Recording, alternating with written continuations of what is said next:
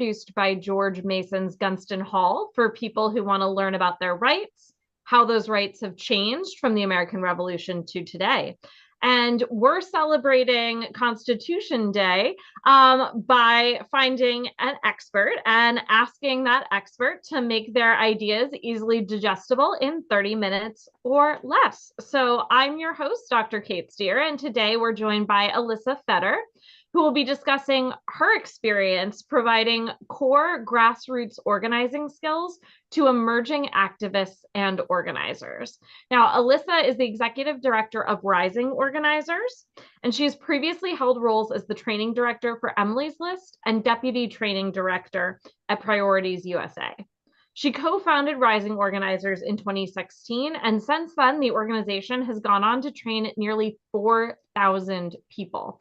And in 2020, Elyssa was recognized for her work by being named one of Washingtonian Magazine's 40 Women Under 40, which is pretty cool. So just to start us off, Elyssa, as we have a wide range of interests on this program, what is organizing? That is a great question, Kate, the question. And thank you also for having me here today. I'm excited to be here back at Gunston Hall, virtually anyway. So organizing can mean a lot of different things. So I'm going to give you the definition that we use at Rising Organizers and talk a little bit about what it means. So the definition that we use is that organizing is bringing people together around a shared cause to shape policies, politics, and outcomes. And that's a pretty big, broad definition. And the reason we use that definition is because it's big and broad. Organizing is kind of a Swiss Army knife. You can use it in lots of different ways and lots of different contexts. Most of the time, when people think about organizing, they're thinking about elections, and that is a type of organizing. But what we're talking about in our School of Organizing is far more about long-term organizing in communities to shape the policies that impact those communities' lives. So that's things like minimum wage laws, that's things like tenant protections, that's things like having clean water.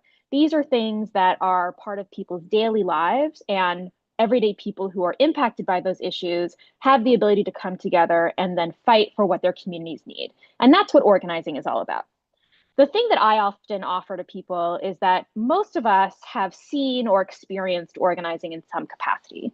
If you've ever advocated for a bill or a rule that you liked in school or at home, if you have ever seen something in the world that made you concerned about how it was going to impact you, your finances, your family, your community, you have that organizer instinct.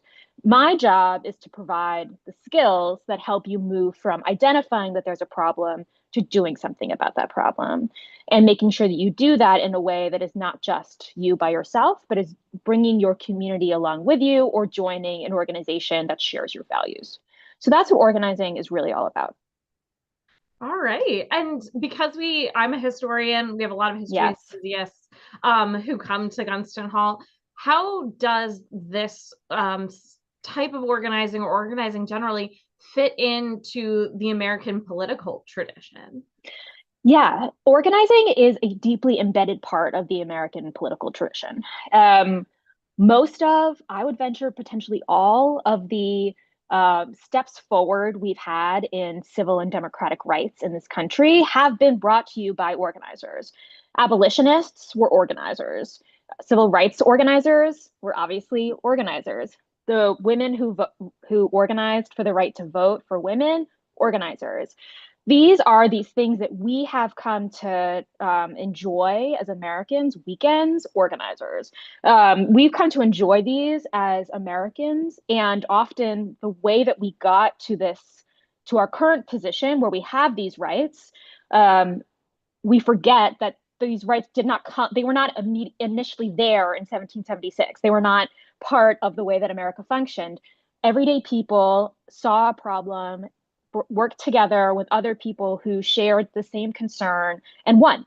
And that is the reason that we have the robust American democratic tradition that we have. So actually, organizing is one of these things that people don't necessarily know about or think about, but is deeply embedded in the way everyday people live their lives. One of my favorite, more recent examples, in fact, is the Americans with Disabilities Act, which is an incredibly important piece of civil rights legislation that was really fought for and won by organizers. Um, so it's not just about having the right to vote, which is something that civil rights organizers fought for and suffragists fought for. It's also about what do you deserve? What are the rights that you have? What accommodations can you have for yourself, for your child, if they have a disability? And that is something that impacts all of us all the time. Every time you go into a public building and you don't want to walk up 4 flights of stairs and you don't have to worry about it because there's an elevator, that's because the ADA won that elevator, and the ADA was won by organizers. And so throughout history, we see these incredibly important examples of how everyday people have come together, decided on a policy they wanted to win, and then pushed that policy forward to impact and improve the lives of everybody else. That's a really interesting point. And actually, what you're saying about the idea of organizers kind of um, gathering an idea, something that matters to them, and sort of speaking out around that issue, trying to raise attention and awareness, that reminds me of a part of the Virginia Declaration of Rights, to no one's surprise. So I kind of wanted to draw all of our attention for a second to Article 3 of the Virginia Declaration of Rights, actually. And that states, at least in part, that the government is or ought to be instituted for the common benefit, protection, and security of the people. And when any government shall be found inadequate or contrary to these purposes, a majority of the community has an indubitable, inalienable, and indefeasible, right to reform, alter, or abolish it. Which to me speaks a little bit to what you're saying, and also is really tied to the Bill of Rights, the First Amendment, and the guarantee that, citizens have the right to petition the government for redress of their grievances. And so I'm curious, when you look at these sort of two founding documents, how does that relate to your work, or how has that changed or evolved since 1776? Yeah, I mean, since I was at the signing in 1776, no kidding. So yeah, I mean, I think what both documents speak to is how integral the idea of a people-driven democracy is to the history and the fabric of this country. And of course, that's not something that was built in from the beginning, largely because there were human beings who were enslaved and not able to access the same rights as other people, but also because there was not the direct election of representatives, for example, or the president rather. And these are also places where the Constitution has created opportunities for Americans, everyday people, to continue to shape their future. And I think that is part of why the United States has such a strong organizing tradition. Of course, organizing exists in every culture. It is sort of, I think, anybody who strives for a more free and fair society, which is most of us, I think, has that sort of organizer instinct. But I think part of the reason why it's been so successful in America is because it is the American tradition, and it's as you've said, it's very literally the opportunity to organize, the ability to organize is in many ways built into a lot of these founding documents. And so, often, like I said, people think of organizing as being around elections, but actually this is just your daily democracy stuff. And it's been that way it's been that way since the beginning. And it has helped us move towards this more representative and more equitable democracy that we deserve. Yeah, I think that's a really interesting point, and your way of kind of framing this sort of organizing is a really helpful way of thinking about it in this tradition of petitioning, of agitating, and fits in with a lot of what sort of political thought in the 18th century would have recognized. So I think that's a really, really cool connection. You were talking a second ago about the sort of direct election of presidents and executives, and that's one area where George Mason was like a little bit out of step with some of his peers. He like really was worried. He wanted a direct election. Mhm. And so that actually turning away from this kind of longer term organizing that you've been talking about and thinking about elections for a second, I kind of Mm. wanted to look at Article 6 of the Virginia Declaration of Rights and kind of get your reaction. Mm. Because in that article, George Mason actually wrote that the election of members to serve as representatives of the people in an assembly ought to be free, and that all men having sufficient evidence of permanent common interest with and attachment to the community have the right of suffrage. That was sort of his idea. The notion of, it needing to be someone who was property holding, that was something that he actually disagreed with. He was concerned with like long-term commitment to the community and how to display that. Mm. He was eventually in 1776 voted down. That's something that organizers have changed over time to Mm. expand voting rights and abolish a poll tax or a pay structure for voting. But I'm kind of curious, for you, kind of hearing this idea of free elections, of suffrage being attached to a community commitment, certainly being explicitly stopped with men in this case, and more implicitly stopped with white property holding men. What is the relationship between voting rights, and organizing? Yeah. And also, as much as you can speak to it, like what is the long view of that? Yeah. And I think this is a voting is a place where organizing and voting, they're kind of in conversation with each other. So for example, to your point, the original language that you just quoted had a really narrow understanding of suffrage. That is something that has been expanded over time to bring America in alignment with its values, but also with global norms around democracy. And that is a good thing.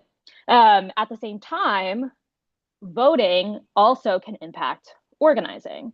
So often when you are thinking about organizing around tenants' rights, pick an issue, sometimes people will not realize that actually voting is an important part of that issue organization because you are potentially trying to elect candidates that are in line with your values, or at least in line with have a deeper relationship with the community, so they're more likely to listen to the community when they bring them a concern, right?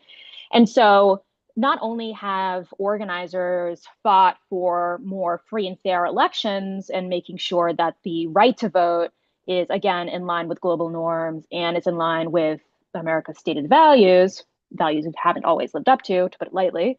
Um, Voting and elections can also and should also have a role to play in organizing strategy. So when you're trying to advance your strategy, one of the things we always recommend to people is that you have to be organizing everywhere. So that means you're organizing around elections, you're organizing at the school board, you're organizing at the PTA meetings, you're organizing at the knitting clubs. And so you can both you have this sort of conversation happening between voting rights and the way that elections impact the rest of organizing. Yeah, that makes a lot of sense. It's really interesting the way you talk about organizing and voting as this sort of like cyclical kind of check on one another, the Mm. opportunity to express a preference through voting and then to organize support around a Right. particular set of issues Right. between elections that can Yeah. all be platforms. And Um, I'll add also onto that vote part of the reason why voting is such a crucial tool in organizing is because it ensures that people with power are responsive to the people. It's one of the tools that we have, but one of the largest tools we have to make sure that our government is actually responsive to us as everyday people. If there are no systems in place to make sure that your government is responsive to what you actually need, then you have a much harder time winning. And so elections are also ensuring we have free and fair elections is also a core part of modern organizing because that's one of the most important mechanisms we have to ensure this kind of relationship of accountability with decision makers. Yeah, and in some ways, it's another form of that petitioning for redress, Yeah. right? Is to elect different representatives that might have a different relationship to issues or the community. And also, I mean, this isn't direct to the VDR, but one of the things I'm struck by as you talk about the way that organizing is a chance for people to reconnect with their elected representatives. I think about the difference in terms of population between now and 1776, not even just sort of the limitations on what part of the population could vote, but just the sheer number of people and how close they lived to their representatives. And that kind of speaks a little bit to this real interest in a lot of the founding documents with like local work. And, you know, I mean, George Mason was really concerned. He was really worried about the vice president being able to vote in the Senate because he's like, well, one state's going to get an extra vote then. He was really sort of thinking people have these community relationships that they're not necessarily going to be able to extricate themselves from in order to think holistically about the country. And I think that's an interesting perspective, perhaps a more negative perspective on this kind of community embeddedness, but you can see how that I think is implicit in a lot of these early ways of arranging representative democracy. And it's not always as clear now, given communication technologies and the physical distance and, you know, changing social relationships. So I think that's a really cool way of bringing that community piece back in. I also, you've talked a little bit about elections, and I wanted to also think about Article 5 of the Virginia Declaration of Rights, which was really concerned both at the legislative and the executive. So this is where you see that direct election thing happening. Should at fixed periods be reduced to a private station and returned into the body from which they were originally taken. The vacancies should be supplied by frequent, certain, and regular elections. So there's a lot in there, but to me, George Mason is sort of both concerned about term limits and the idea that someone could become a political or a professional politician and lose touch with some of this community engagement and sort of policy making that you've been referencing, as well as this sort of this idea of having elections be certain, regular, commonplace, and dependable. And so I'm kind of curious about how those ideas interplay with organizing and the relationship between voting and organizing. Yeah. And so you mean specifically thinking about like term limits and making sure people stay connected to their communities. Yeah. You know, I think that is part of, you know, one of the things that democracy scholars around the world pay attention to is what are the sort of levers that can be pulled to create a responsive government. And in the United States, we have had in the last, 15 years, a real upswell in the role that money can play in politics on both sides of the aisle. From an organizing perspective, this creates opportunities, but also creates, of course, many challenges because it restructures what a government or what elected officials are most responsive to, or can, I should say. It doesn't necessarily. And so part of what organizers have to do is make sure that they are bringing together enough people to sort of counterbalance the organized money that plays a role in other aspects of politics. So, and this is not necessarily a new phenomenon. There is a long and storied sort of playbook of organizing that very often talks about this distinction between organized people and organized money and the role that organizing plays with organized people to rebalance that. But certainly part of what organizers and I, as a trainer of organizers, spend a lot of time thinking about is how is it that we can live in this reality where special interests and moneyed interests and incredibly powerful parties are able to organize every day. They have people who are paid to be lobbyists, which is organizing, and talk to decision makers every day, which is organizing. Whereas many of us, the rest of us, we have jobs and organizing. And so figuring out how it is that communities can build the kind of long-term robust institutions that can counterbalance these sort of weak so that we, the people, can organize every day is also a really important part of how we think about organizing. Yeah, I think it's, for people who don't necessarily think about founding documents all day, every day, they might be surprised at how little of our contemporary political machinery is actually outlined in any of this. So the idea of political parties, Right. the idea of some of these professions like lobbying, like training, would be absolutely foreign to the Right. people creating these documents. So I think this way you have of framing organizing work as sort of a through line that helps us understand how some of these positions and organizations came to be and how they slot in to these sort of foundational ideas of what American representative democracy was and is and can be is really, really interesting and kind of helpful for me. So I really, really appreciate that. Kind of related to this question of organizing versus the organized, these sort of organized institutions and functions that we've come to rely on.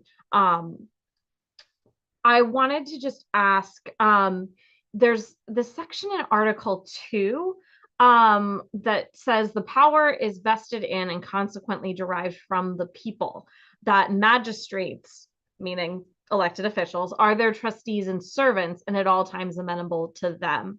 And so I'm kind of curious about, in your sort of understanding of organizing in your work, getting people out, what is the relationship between people, voters, citizens, and their elected officials?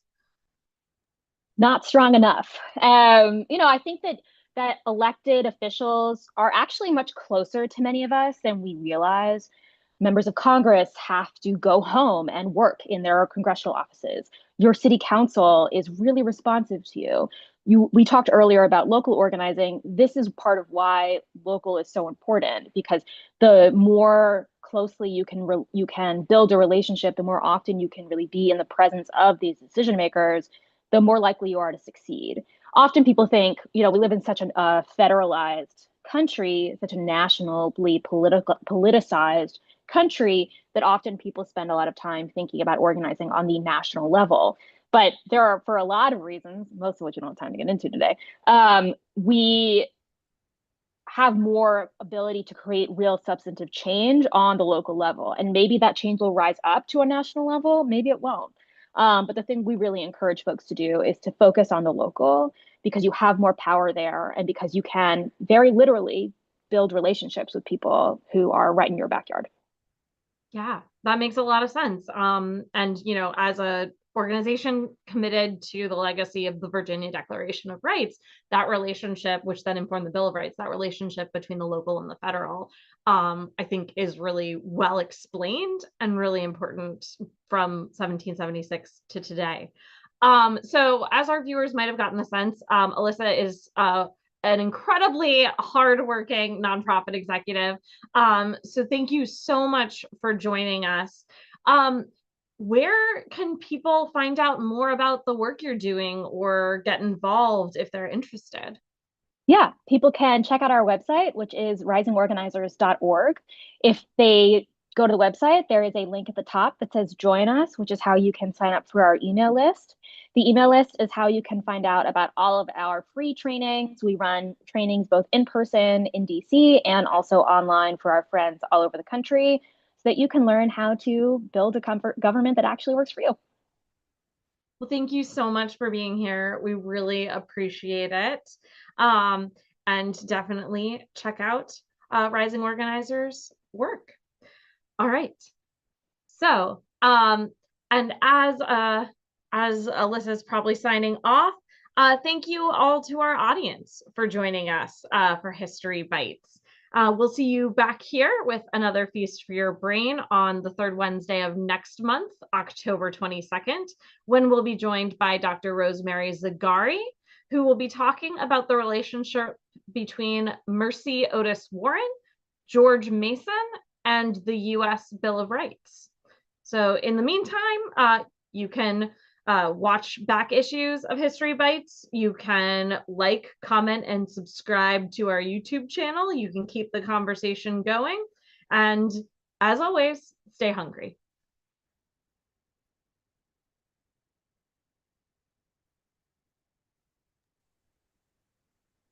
I think we are off the air. Thank you so much, Elyssa.